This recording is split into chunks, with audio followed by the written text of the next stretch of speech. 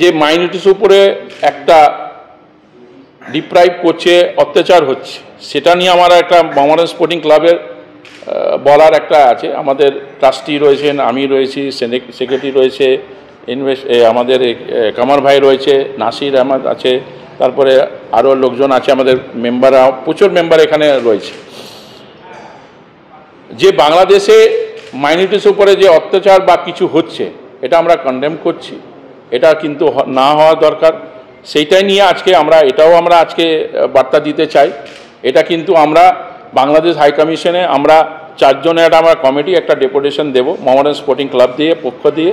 এটা কিন্তু বন্ধ করতে হবে। এই জিনিসটা নিয়ে আমরা ক্লাব দিকে এই বার্তা দিতে চাইছি আপনাদেরকে। আমরা একটা গিয়ে আমাদের 4 জন যাবে ডেলিগেশন, গিয়ে ওইখানে আমাদের বাংলাদেশ হাই কমিশনে বাংলাদেশে যেটা হচ্ছে এটা না হওয়ার, এটা 2-3 দিনের মধ্যে।